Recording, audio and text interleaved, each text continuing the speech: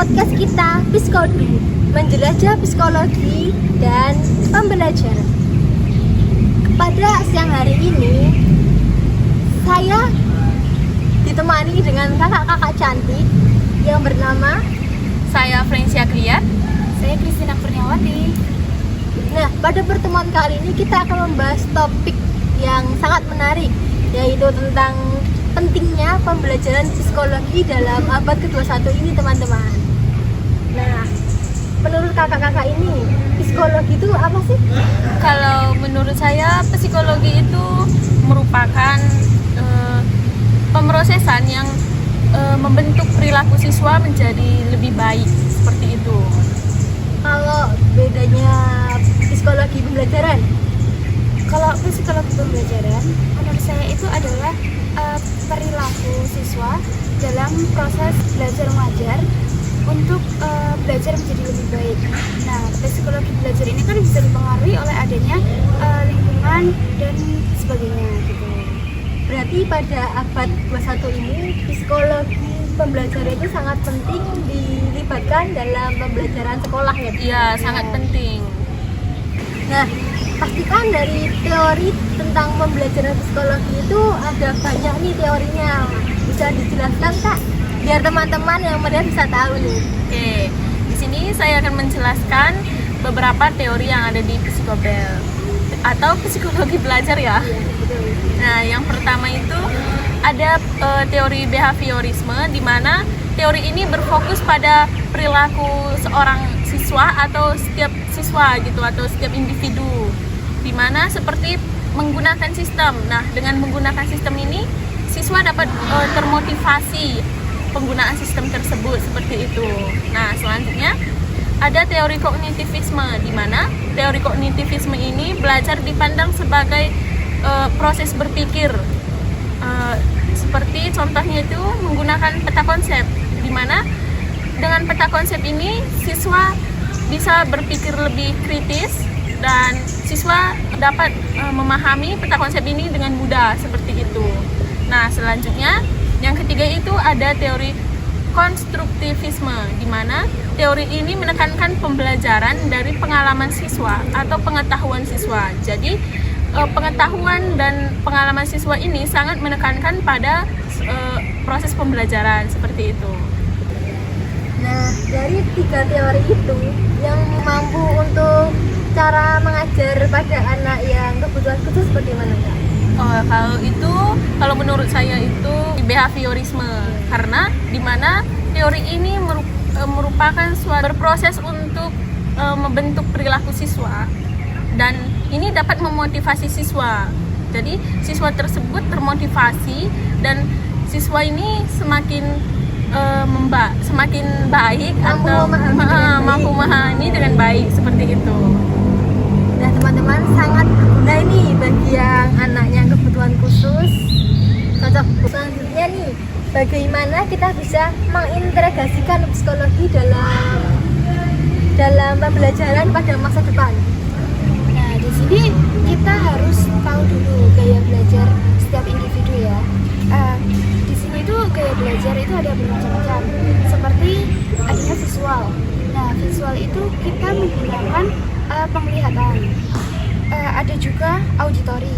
Nah, di sini menggunakan adanya pendengaran, atau menggunakan keduanya, yaitu adalah audio visual. Ada pula menggunakan kinestetik, yaitu gaya belajar yang menggunakan fisik dengan cara menyentuh atau merasakan secara langsung gitu. Terus yang kedua itu pembelajaran berbasis emosi. Nah, di sini kita dapat mengetahui perasaan. Nah, untuk menciptakan adanya suasana belajar yang nyaman. Yang ketiga ini penggunaan teknologi interaktif, di mana menciptakan pengalaman belajar itu yang mendalam gitu. Dengan adanya teknologi itu. Kalau dari kakak-kakak cantik ini biasanya memakai yang mana dalam belajar? Kalau saya sih audio visual ya, karena dengan cara saya melihat dan mendengarkan itu saya belajarnya tuh menjadi tidak bosan gitu.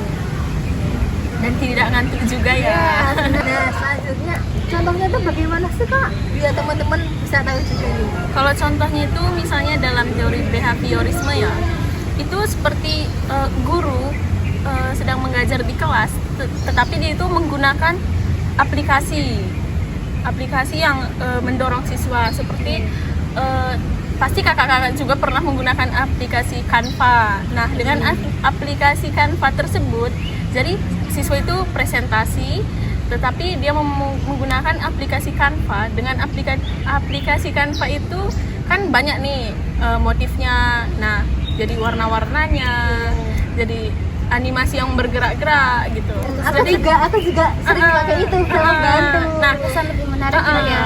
Jadi siswa itu lebih fokus, lebih gimana? Lebih giat gitu karena tidak membosankan dan tidak membuat ngantuk gitu loh. Nah, selanjutnya, yang kedua itu contoh dalam teori kognitivisme, di mana di sini dengan video, jadi siswa itu lebih memahami. Nah, contohnya itu seperti video dari YouTube ya. Nah, kakak-kakak juga sering nonton dari video YouTube. Nah, jadi dengan video YouTube tersebut, siswa lebih memahami dan tidak membuat bosan. Jadi seperti itu. Nah, selanjutnya itu contoh dalam teori konstruktivisme, di mana di sini pembelajaran berbasis proyek. Nah, di sini dapat memecahkan masalah, isu lingkungan seperti itu. Memang pada zaman sekarang itu anak-anak lebih suka yang lebih di gambaran dan suara gitu. Genjing. Genjing biasa.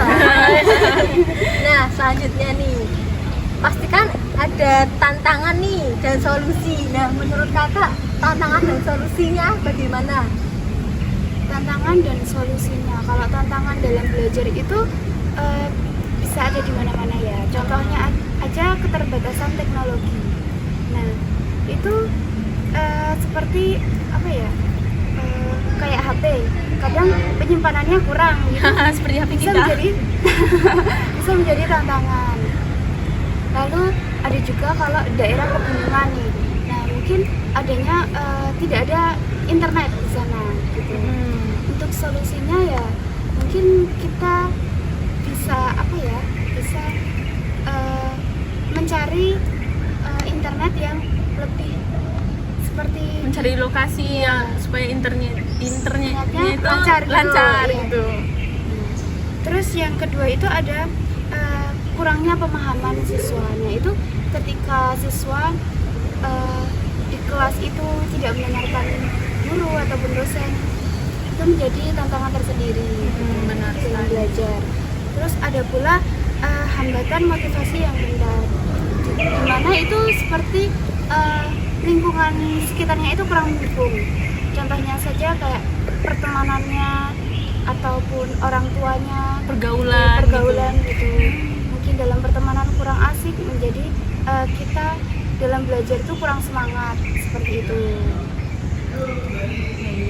Kalau menurut kakak ini pembelajaran seperti apa dan bagaimana agar bisa enjoy dalam belajar gitu? Kalau saya sih seperti ini, audio visual atau video. Nah, di situ siswa itu bisa melihat gambar sambil mendengarkan. Nah, jadi siswa itu tidak ngantuk gitu loh.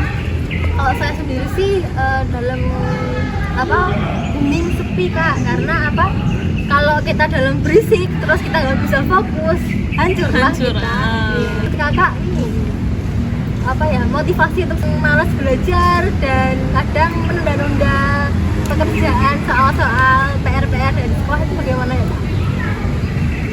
Solusinya ya kita mungkin bisa itu ya, belajar bersama teman-teman. Terkadang tuh kalau ada teman kita jadi ikut-ikutan semangat gitu. Iya.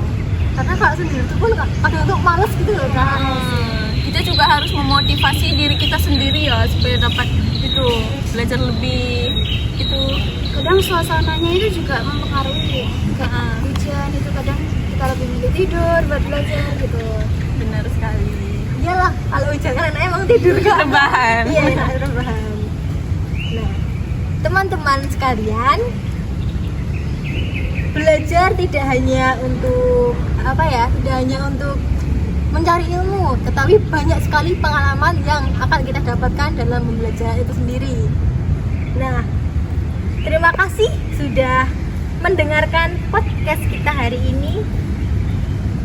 Kata-kata hari ini adalah apa, Kak? Tetap semangat sih. Semangat terus. Belajar adalah perjalanan, bukan tujuan. Mari bersama-sama menciptakan masa depan dan pendidikan yang lebih baik. Terima kasih, podcast yang pada hari ini kita tutup. Sampai jumpa.